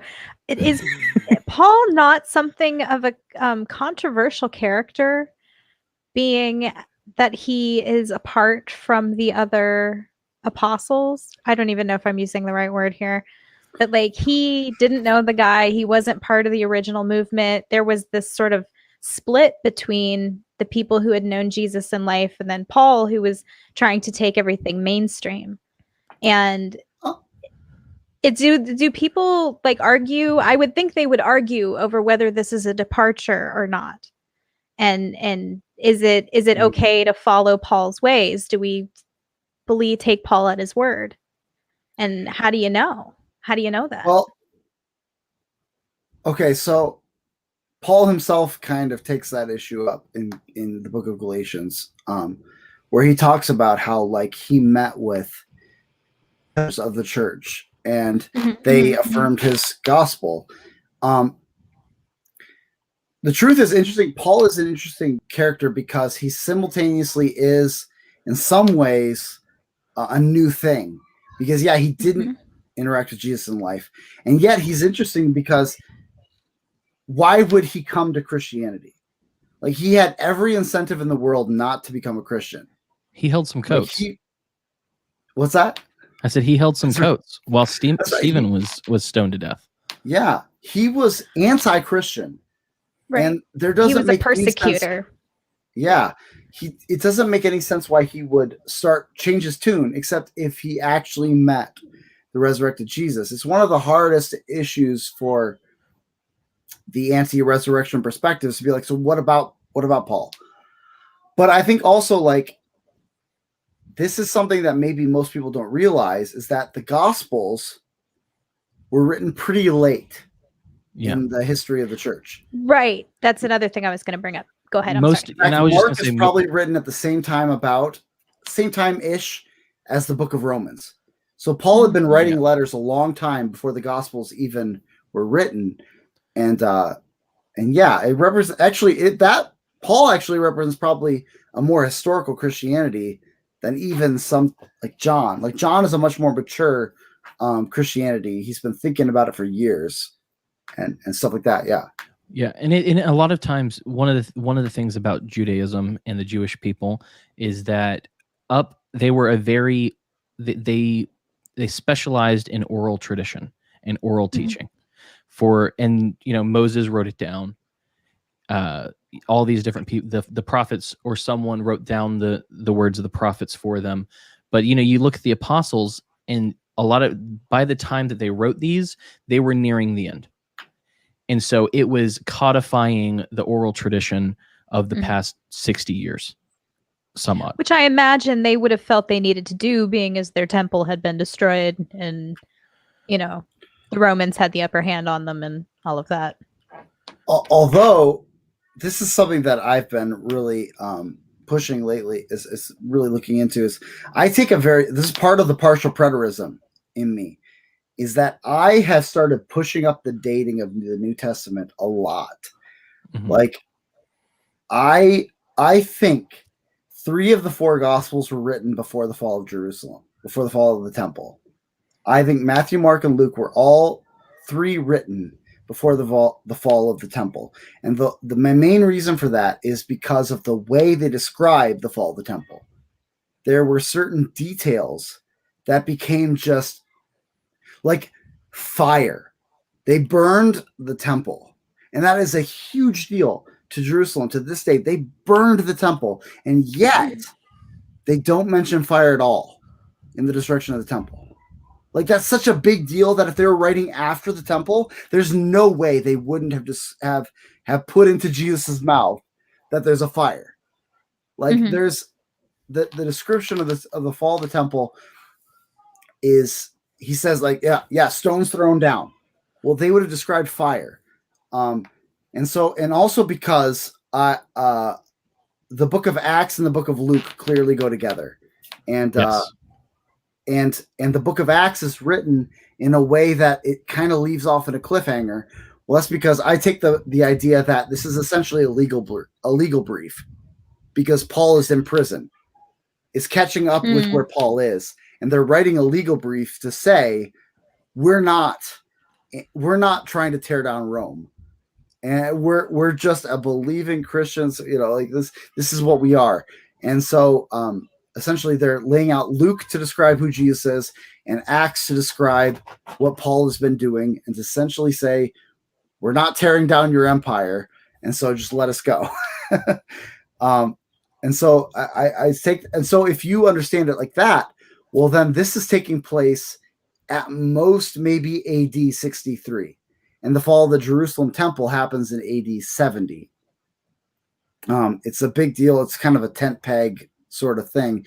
And so Luke, Mark, Matthew, all written before the fall of the temple. And also the way we understand that, also the way the New Testament letters are written, Romans is written, we're pretty sure AD 57, because that's when Paul is wintering in Corinth, and that's he's about to head back to Jerusalem, which is where he will be captured by the Jews, put on trial. He'll appeal to Caesar, and then he'll travel to Rome. And it was in AD 57 when he appeared, when he winters in Corinth. And so, and also Corinthians is written probably earlier. And so probably our earliest letters are Galatians, 1st and 2nd Thessalonians, and maybe James, depending on if you think that James is responding to a kind of a straw man view of Paul, Like, it seems like a misunderstanding of Paul's teaching is what James is responding to, which would make most sense if it's written before James actually had a chance to talk to Paul, because otherwise he would have done what Peter does, which is say some people are skewing Paul's teaching, but James doesn't even mention Paul's name. So it makes sense to maybe say, maybe he's not sure if this is actually what Paul is teaching. So if he's not going to name Paul in case he's not teaching this, he's not going to name Paul because in case he is teaching this. He's just saying, if you believe this, it's wrong, so don't believe it. but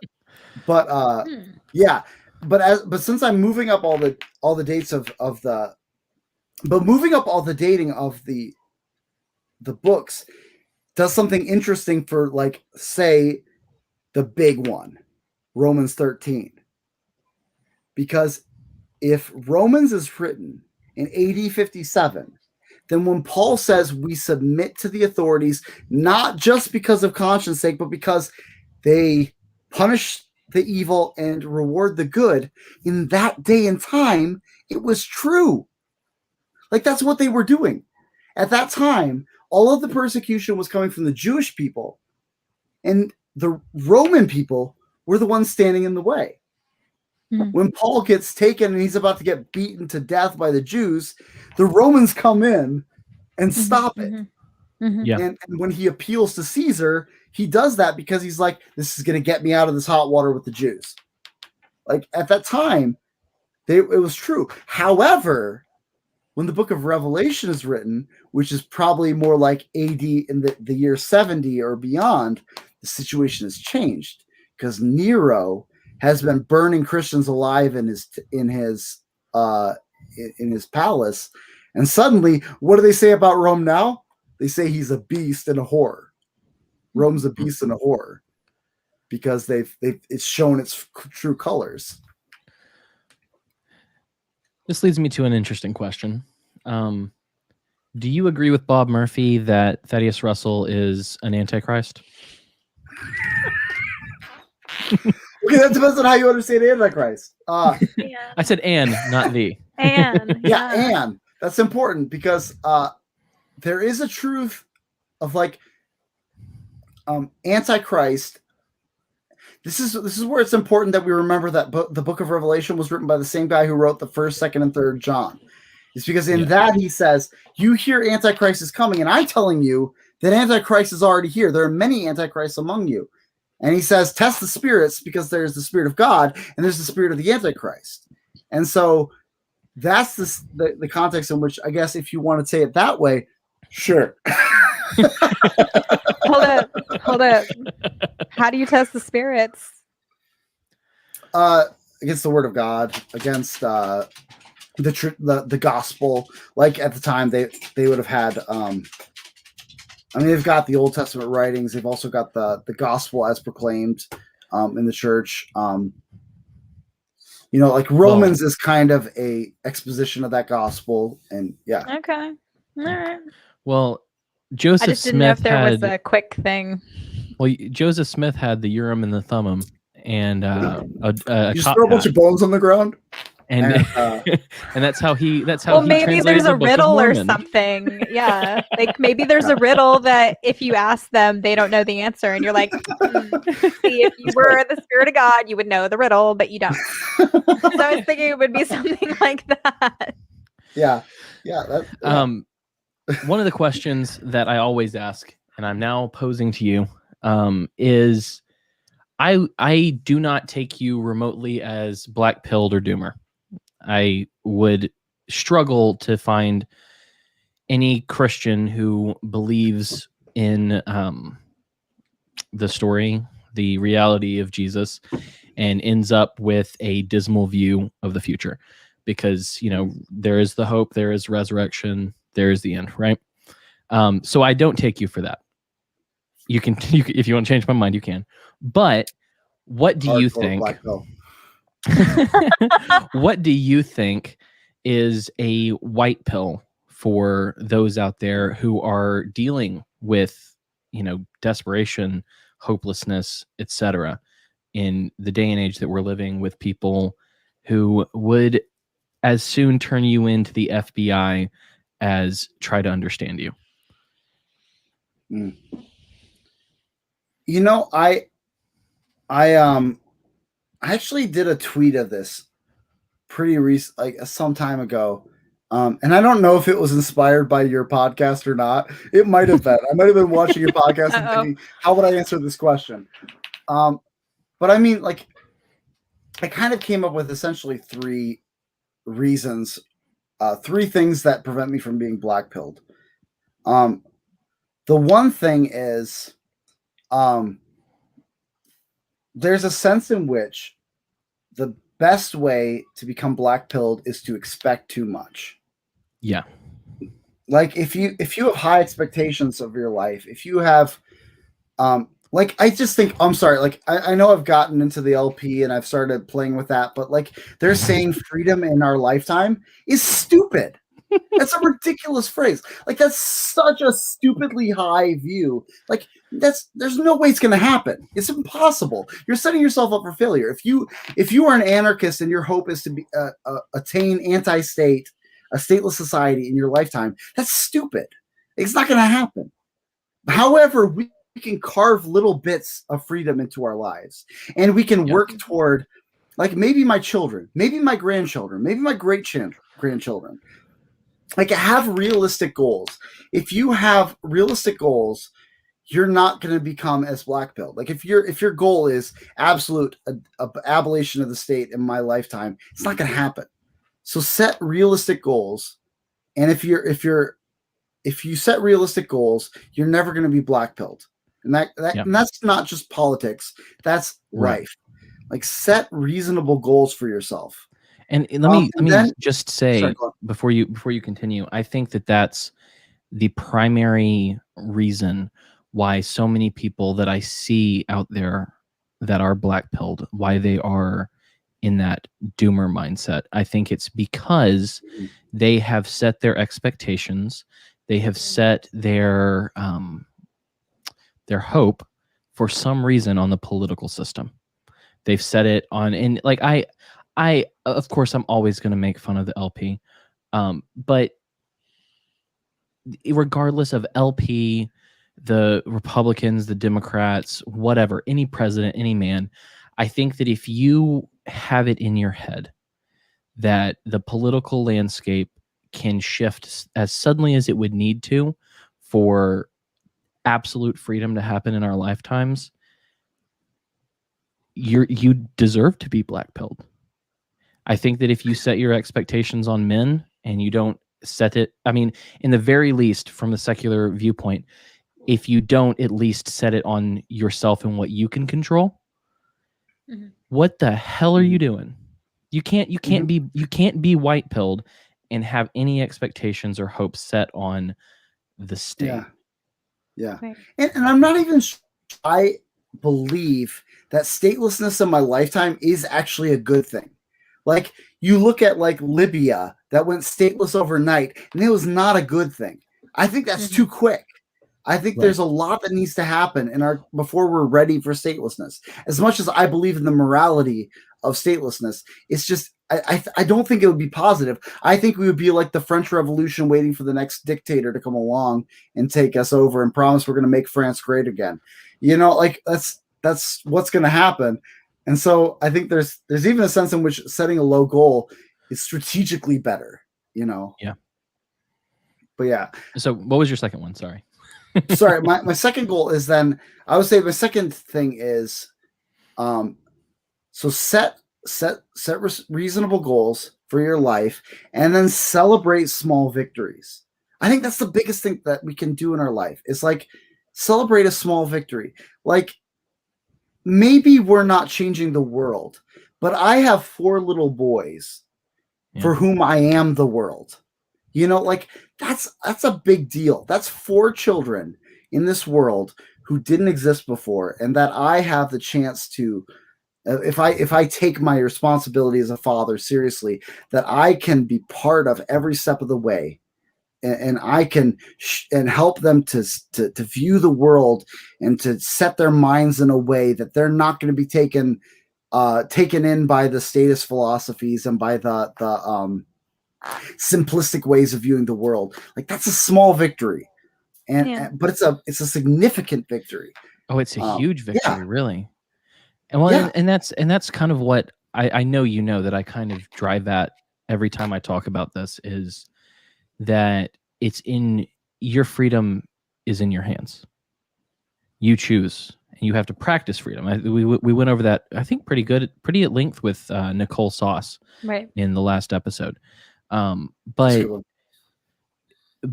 that's the thing that I always mention is I have one more than you. I have 3 boys, 2 girls, and if I can teach them to minimize the state's power over them and to learn how to work around it, to learn how to be free, how to be a little more independent. Mm-hmm. That's my life is good. I did a great thing. Mm-hmm. Yeah. And the fact is there are some people out there that I know who were neocons before who will say to me now that because of my Facebook posts or because of me yammering on a microphone, they go, you know, I changed my mind about this. Yeah. That's huge. And I think that when people aren't focusing on, like you said, the little things, you're missing out because that's where, like, you have to microdose the white pills. And that is independent of how small it is in the grand scheme. It's huge. It's the whole world, as you said, and the lives of these little ones, in the lives of people that listen to me and Jessica have fun and talk about Christianity for a whole episode. I'm sure we'll get we may get less full-on listens for this, but that's fine. I love talking Jesus, and this is probably one of the most Jesus-centric episodes outside of Mike Meharry, who is just a great guy. He won't listen to this. Yeah, I think you're great, Mike. Yeah. Okay, what's your third one? I would say, well, also say on the you being one ahead of me, I'm doing my best to catch up. We're working on it every night. Just we'll do our best to catch up. We're putting in the work anyway. But like, and my third one is basically the one you started with. Is like there's a truth that I have a confidence that the wicked statist, the blood-soaked monsters, as Dave Smith likes to call them, they will be judged.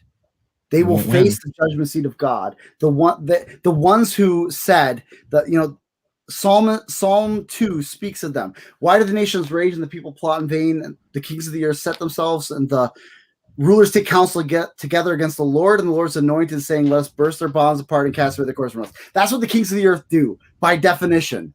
They reject God and reject Christ. And what does it say? He who sits in the heavens laughs. The Lord holds them in derision. Like, and that's why I feel okay about all of the derision that I put out on these fools. That's right. That's right. That's what the Lord does to them. They deserve it. But I know that there comes a day when they will have to face the King of Glory for what they did, for all of the innocent lives, the innocent blood that they spilled, the wickedness that they did in this life. They will have to face the throne, and I know, and I have a confidence in this, that the one who reigns, the one who rules, the one who is the great king that no other king can do. All they do is spit in his face and do their best to oppose him. He will come on the clouds with glory. He will set everything right. And whatever happens in this life, I am confident in that truth. And so there's no way that if I look at, if the world turns, no matter how long the lockdowns go on, I know that the true King of freedom is coming. And I don't have to sit in, like, there's no reason for me to sit in doom. I've read the end of the book. I know where their life goes. I know the situation that ends. And so it's hard to black pill a person who's read the end of the book and sees we win. And so I don't, that's why the black pill never made any sense to me. Right. No, I'm with you. Frankly, I don't have to oppose the black pill. It never made any sense to me. I've read the end of the book. I know that tyranny dies and freedom wins. And so I can celebrate every small victory in that direction. knowing that I've seen how it ends, and I'm confident with that. Yeah. I like that, the king of freedom. I like that a lot. Yeah. It is for freedom he set us free. That's right. Galatians. Now the Lord is a spirit, and where the spirit of the Lord is, there is freedom. Freedom. That's right. But let me ask you the most important question of the night. Okay. And then I'll ask it again in a different way. I'm so weird. I'm sorry. Most important question of the night. What's your favorite thing about me? Man. Okay. You want a real answer? Or give me a real answer. Don't say my beard. Don't say my beard. Here's the real answer. I've had enough to drink, but I'm gonna be super honest with you. Okay. Go. This is what I love about you, because it is something that matters to me. You are a loyal person. And that's something that matters a lot to me. Like that, you're not a person who pretends to be friends with someone and then moves along. Like we DM all the time, and I've actually DM'd you less because I've been trying to save up my responses to things going on in your podcast in case to bring them up. Right. But like after the podcast, I'll talk to you and we'll have conversations. You are a person who is a real friend, and loyalty is a huge thing to me. Like if you call me your guy, I will die for you. Like I'm a big into that, and so that's one of my favorite. That's my favorite thing about you. Awesome. And yeah. So this is the first of 3 conversations where he calls you and asks you to bury a body or rob a bank because you're such a loyal guy. I know where this is going. I've seen this movie. So you're let such a loyal friend. So let's go into uncharted waters and see how this goes. What's your favorite thing about Jessica? Oh, what? Ooh. You don't have to answer that. Just make something up. It's fine. How do I put this into words? She has this ability to stand her ground in a very gracious way. I've seen it in so many of your podcasts where she won't back down, and yet she's not belligerent about her disagreement. And that doesn't translate as well to Twitter, because Twitter is Twitter. But I really enjoyed watching some of your interviews where you've been with someone, talking with someone who clearly fell in a different area, and you didn't back down, and yet you didn't go on the attack. And that is an amazing skill to have, to not be able to not put someone on the defensive, and also but like truth is truth, and standing on what you believe and what you believe. Yeah. who you are. And that's, I've been impressed by that, about that with you. And I haven't, we haven't interacted a ton. So but that's what I've been interested, impressed by you with about. Thank you. It's very kind of you to say. Isn't it fun to ask people to give you compliments? It's great. No, it's so uncomfortable. I don't know why you do it. I don't know how to take a compliment. And that's exactly why, because Malice has done it, and I find it so funny when they're awkwardly trying to answer it. And that is the great thing, because what's great about the question is, one, I'm asking for feedback, and a lot of times the person doesn't know it. And so they either respond with, oh, well, your beard is nice, which is just like throw away. I'm just going to say the obvious truth. And then there are others who compliments my beard, Cam. So well, your beard, just throw these beard compliments away. Well, isn't your beard watching this in the other room? He's probably asleep, to be honest. He's got a finite shelf life. It's good. Like I am a firm believer in feedback you ask for, and feedback that you get permission for.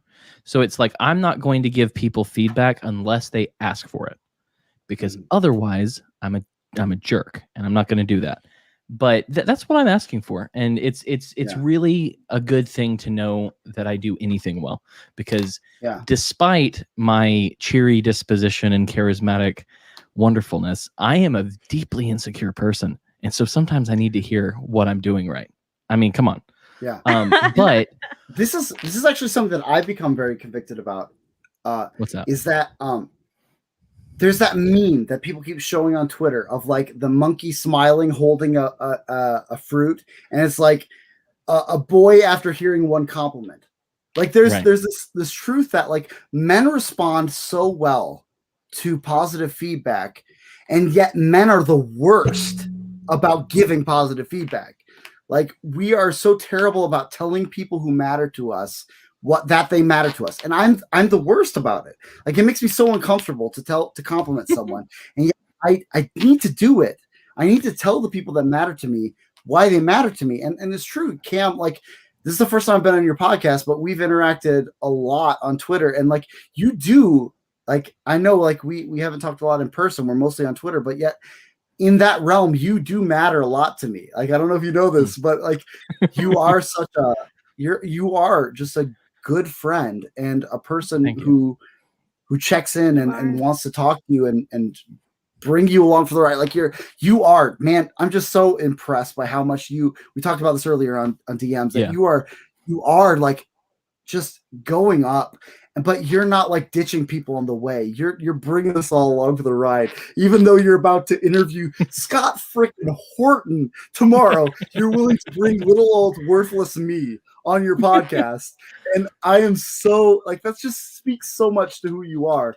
And you do matter a lot to me. Like I'll say it, you know? Well, you're definitely one of those that I'm always happy to see you on the feed. I feel like you've been on the feed less in recent days, or recent months. But it's like I'm always like, I always know that what's going to come out of your tweets or things we talk about is consistency. I mean, like I don't think we've come into any disagreements, I think, but I do know that even if we did, I'd still respect that consistency. So I love complimenting people. I love enabling people. I love to do good things, but that is something that I love. So I don't know. You can ask Jessica how much adulation I throw at that girl after every episode. All deserved. All true. All deserved. But I do think that we need to wrap this bad boy up. So before we do that, I know that if anyone wants to find you and what you're doing, first and foremost, Twitter. They can find you at Iowancap. You actually, from what you told me in the episode that we did that never made it out because of horrible sound issues, you guys grew out of a Facebook page, which is facebook.com/flyoverlib. And so it was kind of a meme page, if I'm remembering correctly. And so that's another way to find you. You also have the Flyover Libertarian Podcast, which I know is on iTunes and I know is on Google, but I assume is everywhere. Yeah, mostly. So just if you search Flyover Libertarian Podcast, you're going to find it. It's going to be like the first. I mean, your SEO is actually great. Yeah. Like if you search the name of this podcast, you're going to find some musical, and I hate musicals. I don't know if you know this. I saw that. I hate musicals. No, but if you search "We Are the Mad Ones," you get us. We pop up first video. Yeah. I'll say there's a few other things I'd like to plug before we clear. Go for it. That's all all I knew. If you hate this discussion about Bible and theology, don't worry, Flyover Libertarian, we don't get into as much of that. But if you love it, I actually recently started a new podcast with my friend Jeff Park. He's a Canadian, but he's okay. It's called the Anarchist Bible Study, and that's a weekly podcast where we are actually going through the Book of Revelation. As seeing like what as anarchists we notice when we study that. We're about 4 or 5 episodes in, and it's a weekly podcast. There's also, if you want to hear nothing political and just good wholesome, just something good and wholesome. I also have a podcast with my oldest son called Turtle Man and Turtle Dad, because my son invented a superhero called Turtle Man, and I told my son that I was going to plug his podcast, and so we do that together, where we talk about his superhero. Of course, we have to wait until he gets his homework and his chores done to do that. So we're only a few episodes in. But we do that. And also I want to plug, like you talk, like you really convinced me that locals is the way to go. And so I'm starting a new locals account that I think everyone's going to be really interested in. It's actually a Sean Astin fan club. So if you just go to we love samwise.locals.com. We're going to have that set up. You can come on in and celebrate this national treasure with us. So, yeah. If Sean Astin had driven my motorcycle off of a cliff into a fiery demise, I would have been happier at the end of that story. I was thinking about that for so many weeks. That bit, I was going to end with it. Nailed it. You got me. Yeah. So, obviously, I'm going to say thank you now for coming on. This has been fun. It's definitely Christian baseball, and we got into it. I've enjoyed it. But I do want to let the people know. Well, first, let me just go through the dumb stuff. If you want to find me on Twitter at Cam Harless, if you want to find Jessica at SoupCanarchist, we do have a locals that Sean Astin is not allowed on at themadOnes.locals.com. We have t-shirts. It will be in the description on the website and on YouTube. If you want to go to the website, wearethemadOnes.com. If you're listening to this and you think, man, I want to see how good looking Cam's beard is, then youtube.com/themadOnes. We also post everything to Odyssey, which I would tell you that link, but it's the way they do it's kind of weird. Listen to our other shows on mlganetwork.com, and if you want 10% off some fine Italian coffee, lorenzotti.coffee, promo code TheMadOnes.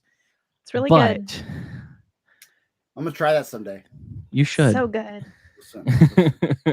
But one of the things I wanted to mention is something that Josh here already said, is that tomorrow night we're going to have the Scott Horton, who I have dubbed the Encyclopedia Brown of the anti-war movement. And that's going to be exciting. If you people who are still listening have any questions or conversations that you want us to have with him, please let us know, tweet us, etc. Next week, we have Mike Brancatelli, who used to co-host Part of the Problem and now is on Micadelic. After that, Clint from Liberty Lockdown. We're going to have Josh Smith on Tax Day. And then fellow Iowan. To finish off April, we have Miss Carrie Wedler. And our first, so we're doing something special for May. We're going to do a friends only month. So it's not going to be based on we may have some bigger names that come in on special episodes, but the Wednesday episodes are all going to be friends. And so we're starting off May with the ever fabulous Freckles and Britt, who are very close with your girl Jessica. And I had Britt on the show, and we had a good time. So that should be fun. I hear there's going to be canned wine. I hope they'll let me drink whiskey. Always because canned wine. This Michter's is so good, dude. It's a little bit more of an expensive of a bottle, but it's so good. Just put it in a can. Okay, I can do that. I'll get a Diet Coke can and fill that right up.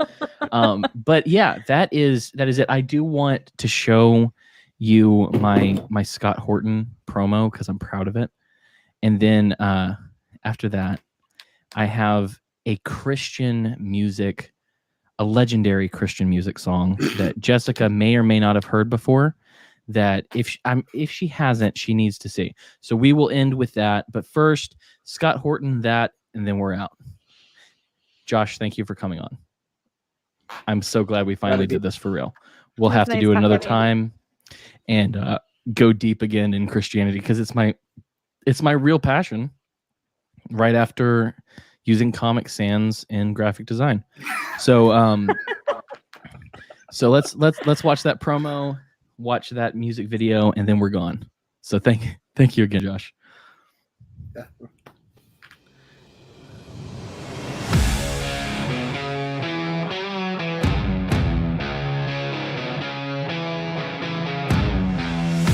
War is hell, a hell created by men to destroy other men. War is a racket, and the beneficiaries are plentiful in this endless game of mass murder.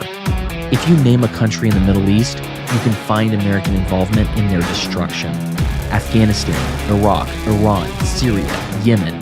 We have an Encyclopedia Brown in this anti-war movement who stands to thwart tyrants and destroyers of worlds.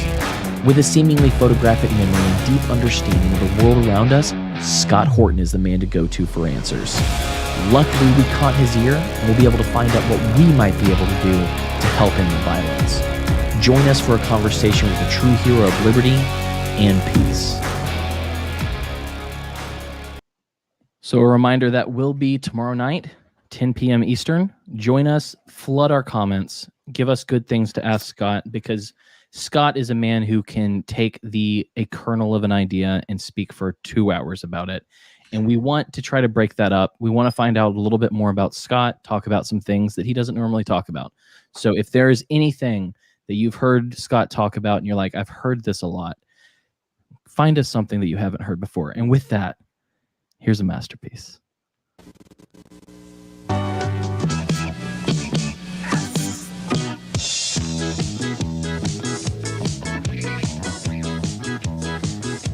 Oh, good. Everyone's white, so you know it's going to be good. Jesus is my friend. Jesus is a friend of mine. I have a friend in Jesus. Jesus is a friend of mine. Jesus is my friend. Jesus is a friend of mine. He taught me how to live my life as it should be. He taught me how to turn my cheek when people laugh at me. He looks like he's being forced to do this against his will. My favorite part is the bassist. Look how into it he is. There he is. That's the one. He's so into it. Yes, this is Creed. This is Creed. I'm going to tell my kids this is Creed. He taught me how to pray and how to save my soul. He taught me how to praise my God and still play rock and roll. The music may sound different, but the message is the same. It's just an instrument to praise his name. Sober people did not come up with this. That guitarist is hip shaking more than any Christian artist ever should. Oh, look at the beard back there. I love they rounded it out with some diversity. He looked like he was sad that they put the camera on him. There he is. That guitarist right there. There he is. Oh, come back to that. I just want to look at that guitarist all day. His hip shaking. Like, there it is. There he is. Oh, there you go. Well, I think that's enough of that. But that is the seminal Christian musical masterpiece, Jesus is My Friend by Sunseed. And if you don't love it, you're not going to heaven. That's all I have to say. Yeah. So, dear Gospel, nerds. love Jesus is a friend of mine. Right. Dear nerds, dweebs, and other losers who happen to listen to this or watch it, thank you for watching. And as always, live the life you want to live, the way you want to live it, and keep them oiled, boys.